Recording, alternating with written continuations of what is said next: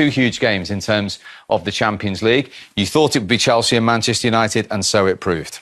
Yeah, I think it went with form. Leicester have been dropping gradually throughout the season. They had a lot of injuries, suspensions as well today. And Manchester United, of course, have been totally the opposite. They've been absolutely flying high since the resumption of the Premier League. They're playing a different style of football. Yes, the last few games have been a bit off shade, let's say, off colour at the moment, but they just had too much for Leicester. I did fancy them to win, although they weren't so convincing. It wasn't Manchester United's best ever performance, but I think they deserve it on the whole to be in the Champions League. It was about getting the job done today, wasn't it, for United? Yeah, most definitely. It was all about the result and getting Man United in the Champions League, and they weren't great, but they stuck it out. Leicester were knocking at the door, but they just couldn't find that goal.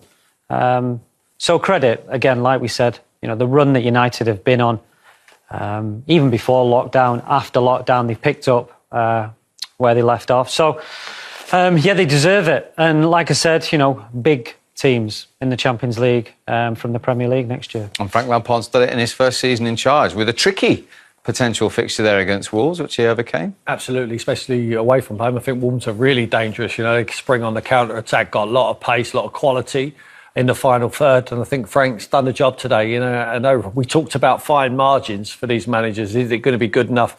I think top four for Frank Lampard and the emergence of a lot of young players into that squad now has been a good season. And they've still got, obviously, the FA Cup to come. They have. And for Manchester United, as you say, Leicester were knocking. It was a little bit nervy. At the moment, I still think they're one or two players, maybe three, short to actually challenge Man City and Liverpool, but they're going in the right direction. They certainly are. Let's get some Manchester United reaction then from manager and captain, beginning with Harry Maguire.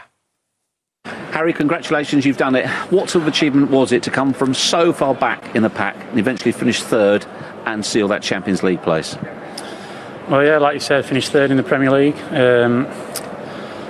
As a club, that's where we expect to be. We expect to be in the Champions League, but obviously the last few years have been tough, and at the start of the season, probably majority of people didn't expect us to be in the top four come the end of the season. We always had great faith in ourselves. At the start of the season, we were far too inconsistent, dropping silly points. Performances wasn't good enough in parts of the games, and we get punished. We've been a lot better of late, like you've said, and to come from a unpromising position shows the great character that we've got in this group. Ollie, congratulations. You've always said that Manchester United belong in the Champions League, but what sort of achievement is it to finally do it, finish third in the season that you've had?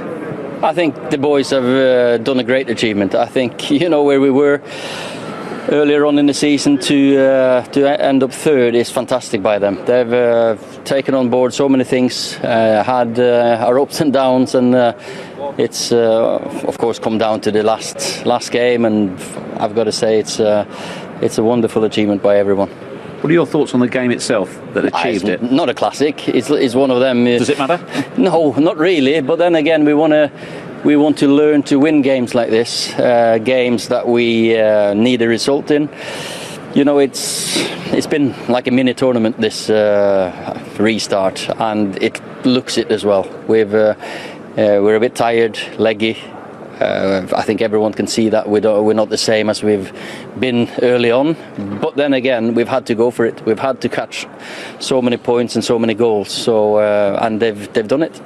They certainly have. And just how big is it, Brian, for Manchester United to be in that competition? It gives everyone a lift in the club, and attracting players as well.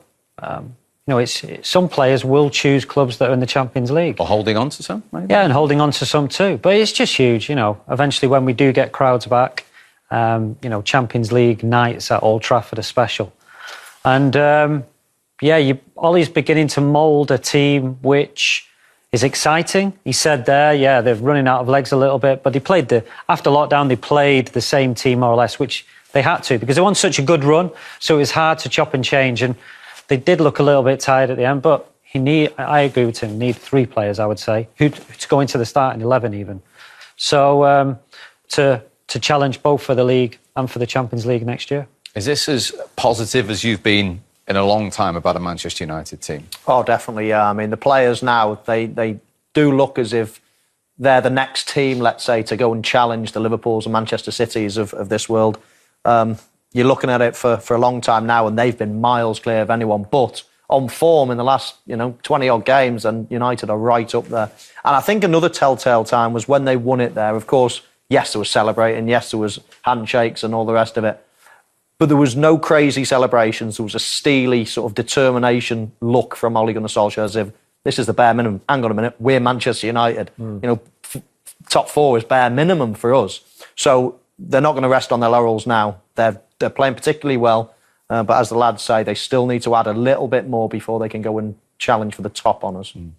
Frank Lampard will be celebrating that fact as well tonight. He needed a point today. He got all... Quetta have helped him out massively. Well, of course, it was a big decision for Chelsea to appoint their former record goal scorer Frank Lampard, who'd had one season at Derby. He's reached the top four. Let's see if he feels vindicated. It's a nice thing in football to prove people wrong, and I understand the doubters, because people will look at it and go, you got the job for a big part because you played at this club for a long time. 1 year at Derby doesn't normally, on your CV, doesn't normally get you the Chelsea job. But at the same time, the work that I put in here for 13 years as a player and how I feel about the club, and maybe the stars aligned for me in a way. And I had to take it on the chin and understand that if I ever want a chance to be Chelsea manager, which is always a dream of mine once I took this role, this type of role, I might not get another chance at it. And the difficulties were there to take. I wasn't scared of the idea of failing, because I trusted that I've had a good career as a player. That's done, that's finished. If it doesn't work for me here, now, in the future, whenever, it wouldn't be for the want of trying, and so I had to take it. Simple as that.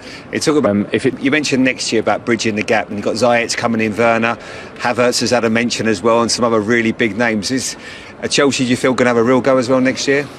Well, I hope so, and the two that you've said we've signed, we will look maybe in other areas to improve if we can. I know a lot of people have talked about our defensive frailties, and I'll take that on board as well. We need to get better at that. So whether it's in terms of recruitment, but whether it's looking at ourselves, how can we get better? Because clearly, conceding as many goals and getting in the top four is great, but there's something we need to improve on. But it's a conversation we can now have. And by the way, we've got a big game next week, so I don't want to jump too forward to that. But if we can improve as Chelsea Football Club, we have missed a couple of windows now. If we can improve them, we'll look. Between Harry and Victor? Well, yeah, first of all, there's a lot of talking, but it's just understanding each other's game. Knowing certain things, what he's going to do with the ball or where he might go with the ball, what his position he might take up. These are things you learn after you've played with each other for a lot of time, and they seem like they've worked that out very well this season. And can you see room even more for growth and improvement as not just those two centre-backs, but the whole defensive unit? Yeah, well, since we've came back, I think the whole unit's been brilliant. There's been mistakes at times, and that's where we've been punished. But in general, the understanding between them all has been really good, and Shaw, obviously, is in that as well. Yeah, sadly, Luke, unfit, unable to play today. Hopefully we'll see him back soon. But there seems to be a bit more depth now. Brandon's come in and done really well today. I love it. I just love the competition now, because when Brandon comes in, it seems like Shaw's there anyway. So you're not sure as the games keep going on. If do you drop Brandon now because he's been playing so well, and that's the competition you need in any squad. And Brandon to come in and play how he's played all season is something that you don't expect from a young lad, but he's done it with ease. Yeah, now with Diogo and Tinfosu Mensah more recently, who has come in to give Aaron Wan-Bissaka some competition, not just at centre-backs but the full-backs. There is good competition which can only improve them. There is, yeah. Like you said, Tim coming in the last couple of games, or coming on, just shows how well he must be playing in training. Showing that Ollie, he's trying to make it difficult for Ollie, because Wan-Bissaka's been brilliant this whole season. So yeah, that's what we need: competition, healthy competition, people fighting for places, and that's what you can ask for, really. So as we come to the end of this Premier League season, the longest Premier League season in history, next season will be the shortest Premier League season we've ever had because of the upcoming Euros. Who have been our standout performers for you?